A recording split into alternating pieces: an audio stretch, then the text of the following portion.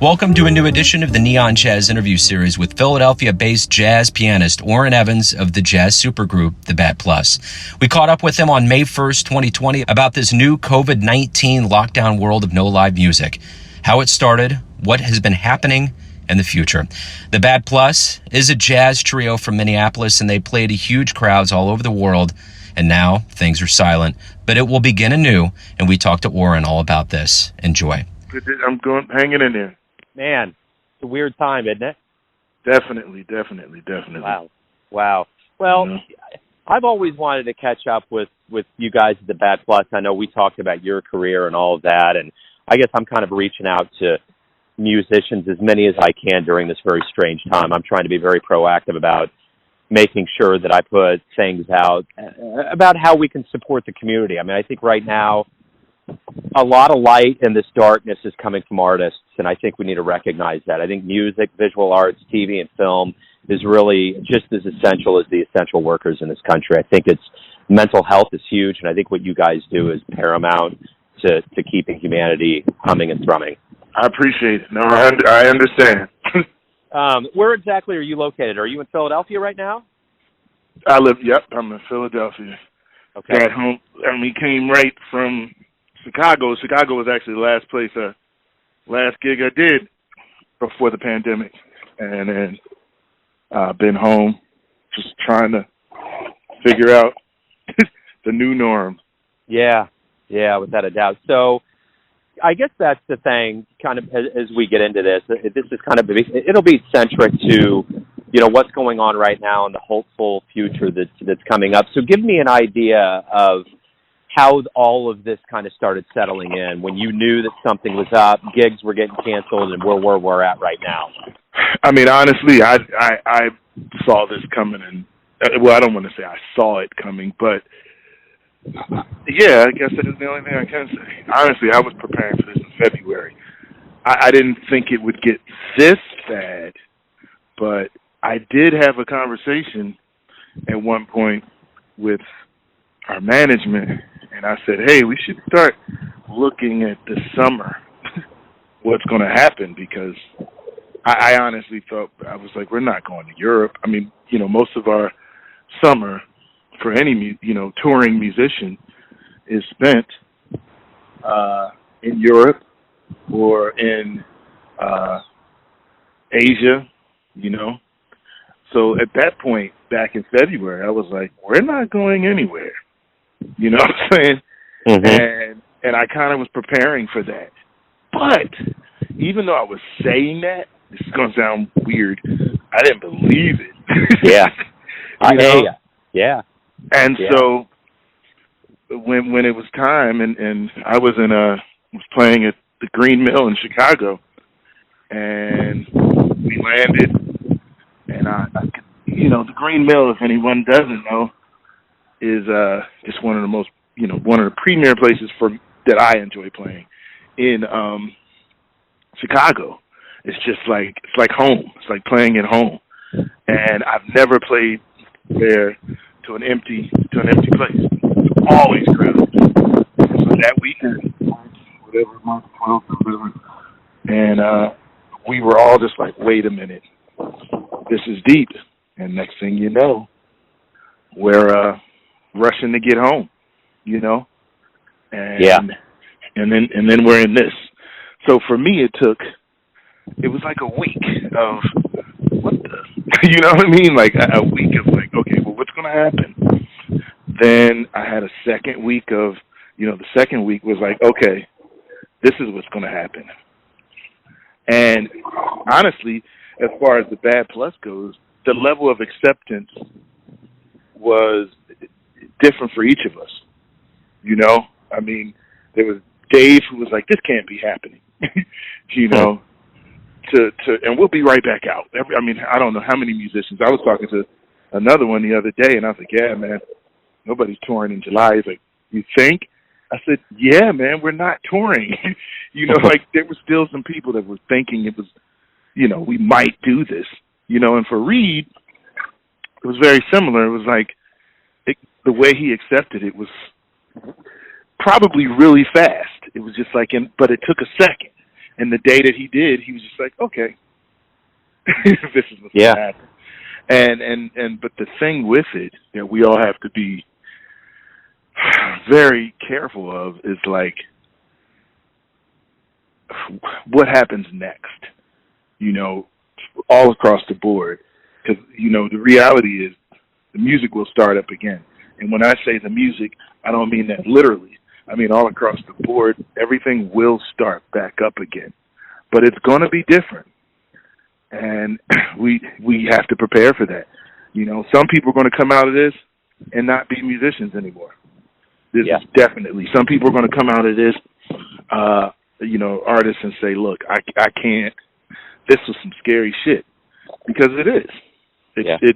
This is that bullshit that we saw in, and I don't mean Corona, but what we're living right now. This is that bullshit that we saw in you know, sitcoms back when I used to watch a lot of sitcoms, and it was always that, you know, new boyfriend that came up that was a musician, and the joke would be, oh man, don't date him, he's a musician, he's going to be broke. And now, you know, thank God I'm you know, 45 years old, and I've been able to sustain my life, my family. You know, I have 2 grown men as kids. I've been able to do all that playing music. And now, right now, like right in the middle, there was no warning per se. You know, it all falls from under you. So now we're living that time. But that same, you know, oomph that got us through, that same spirit that got us through when those sitcoms were saying it wasn't cool to date a musician, you know, or a starving artist, or all those terms, the same thing that got us through is what has to get us through this. This is just now, you know. And the ones that come out of this and they're like, it's no different than high school, to be honest, or even college. When I went to college and music was a major, you know, I knew. You know, it's kind of like that. I have all these analogies, but they all make sense. It's kind of like the beginning of Fame when Debbie Allen, well, it makes sense to me, when Debbie Allen was saying, you know, her whole thing, she's banging on it, talking to the dance class. And she basically said, some of you all won't make it through these 4 years. Some of you will. Some of you will put in the hard work. Some of you won't. And that was the same way when I was in college. There's people I went to college with that on the first day were killing jazz pianists or killing jazz vocalists that now either own a music store or decided to do something else totally, because that sense of security scared the shit out of them. And right now we're all in the middle of that. You know, we're all in the middle of that. You know, who knows who made it, had investments that's going to get them through. Because basically, you know, we're not playing for a while, you know, outside of the online concerts and things like that. We're not going to play for a while. So we have to find the light in all this darkness, but we have to plan and we have to fight.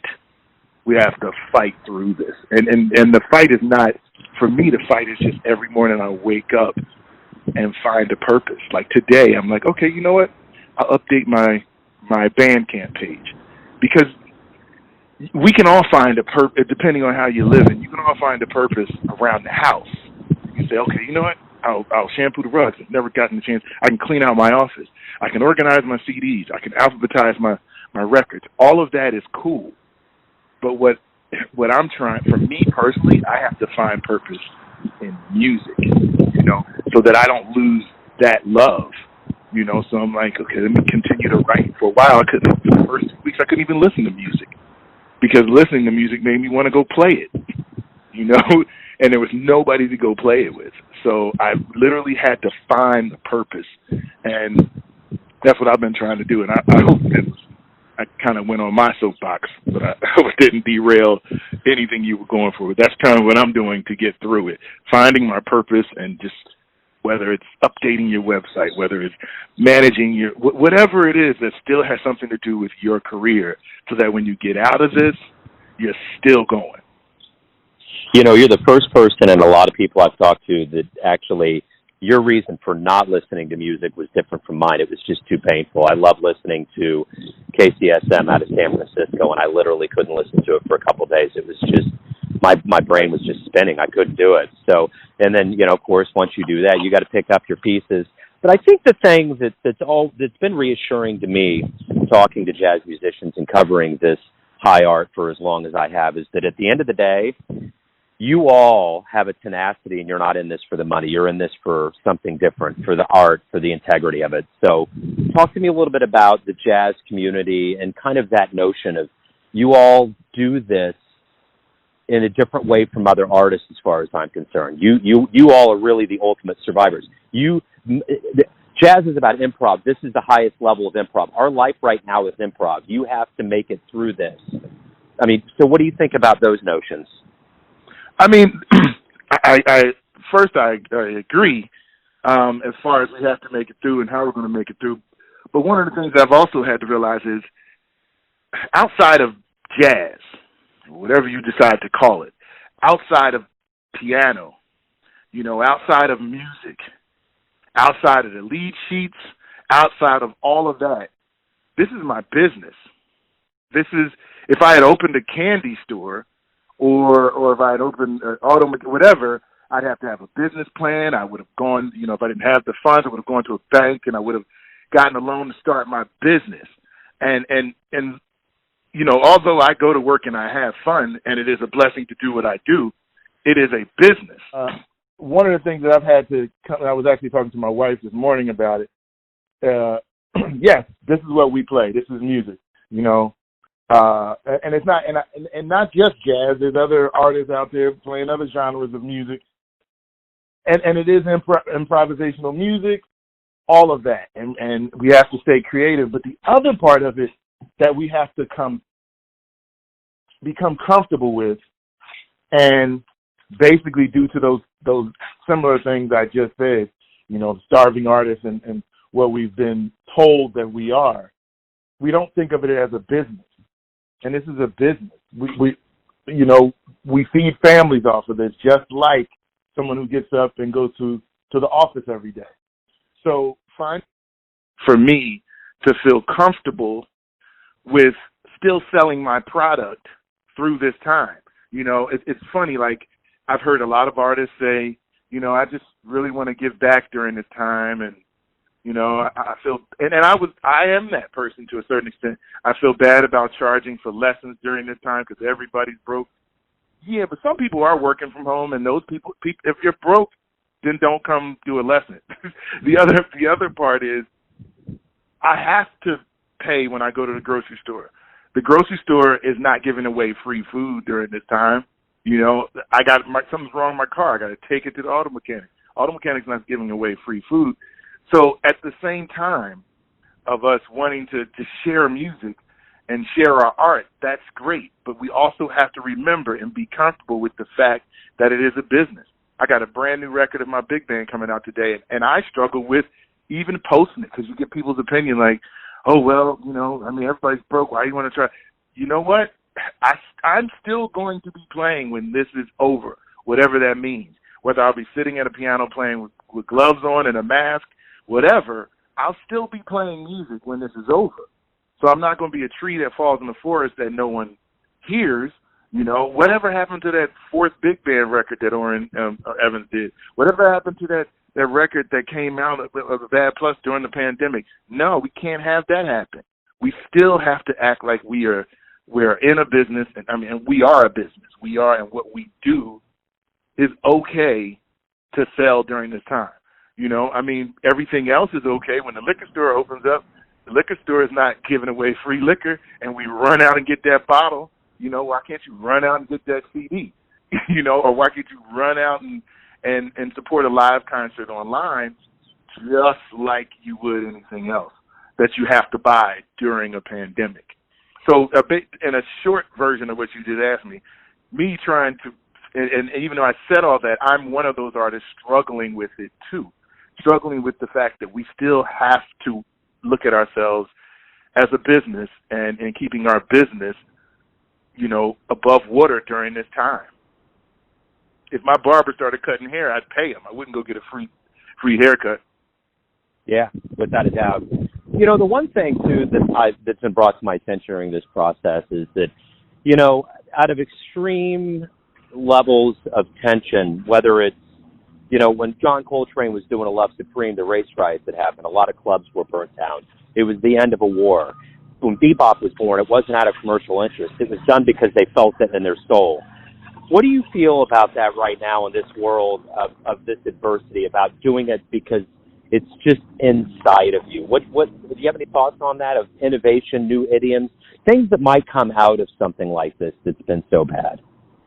I don't want to lie and make something up, but I'm looking for it.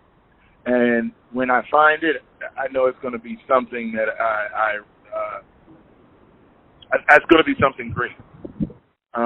Right now, I'm struggling with seeing it because some people are way too comfortable with this isolation. Some people have already been sitting in studios all day, looking at a computer and producing tracks and sending them all over. So they're like, oh, this is cool. And I don't want us to become, the music of isolation and quarantine, and people are like, well, we can do this without getting together. So honestly, right now, I am not saying that there isn't a bright light at the end of this.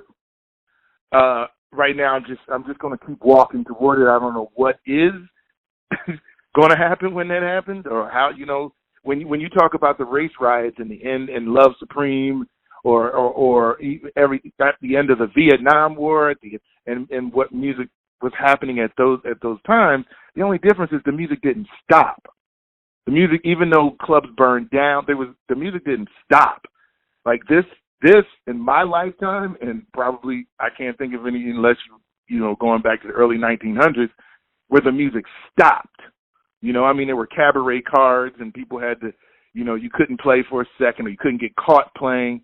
But where the music stopped, the Village Vanguard, which has been open for however many years, whenever Max opened it, has never been closed this long, ever. So I guess for me, and I'm not trying to sound like Debbie Downer, it's just, to look for the light. Right now, I just need to know that there is one, but I'm not sure what it is. I'm just not sure yet.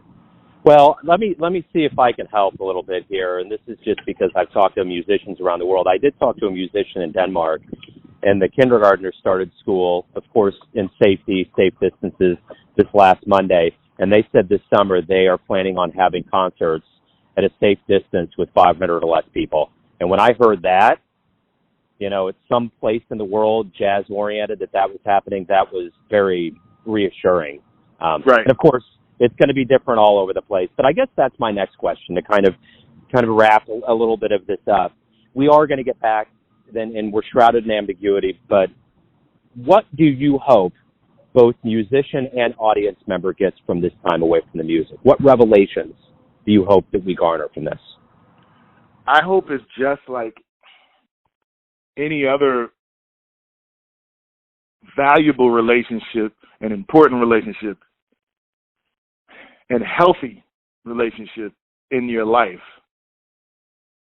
that the time away will realize how important it is to you.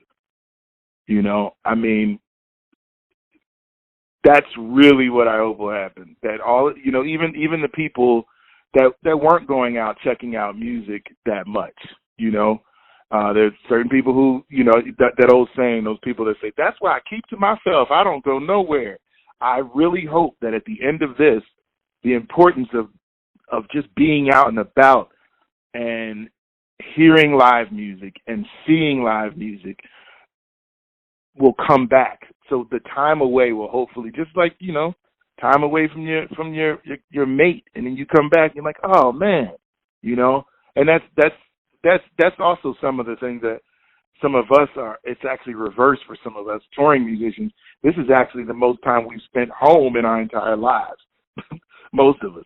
So we're getting reacquainted with our kids, getting reacquainted with our mates. It's some beauty in that. And then at the end of this, we get reacquainted with music. So I hope that really happens after that people realize how important that relationship is, and they don't take that relationship for granted, like they don't just go stream everything that they can get for free, they understand the importance. Hopefully when we come out of this, you will realize how important art, not just music, art is all across the board, and we'll find a way to, and I try to stay away from the word support, but we'll understand how important it is to you, because it's your right to listen to music. It's your right to check out live music. It's your right to get your behind up and have a great record collection, a great CD collection. That's your right. So I hope that at the end of this, everyone will realize, wait, that almost got taken away from us, and I need to get better. I need to make sure some of these gigs are, and still try. I don't want them to, get to the point where, oh, hey, such and such is playing in town, but we're in social distancing, so there only could be 100 people at the concert. So I'll go next time. No, try to be number 101 and get denied. Even if you get denied, still try it. Don't be the one I'll go next time. So I hope and it's not to advertise my record, but it leads right up to it. The record that's coming out today, oddly enough, is called The Intangible Between. And what that's basically what that means, it applies to the poem that's being read on the record. And he basically says, the intangible between I did that and why did I do that? And or I didn't do that. Like when that moment came, why didn't you just seize the moment? Or were you supposed to seize the moment?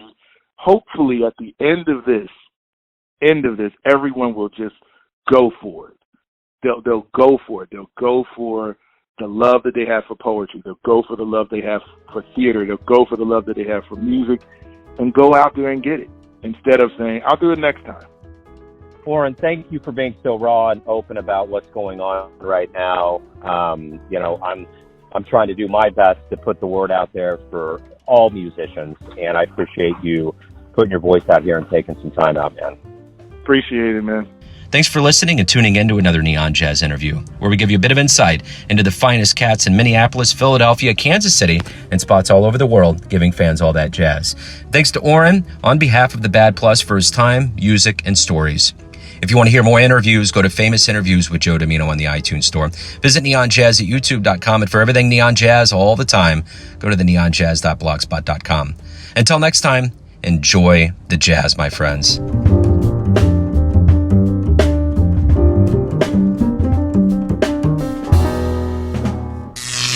Neon Jazz.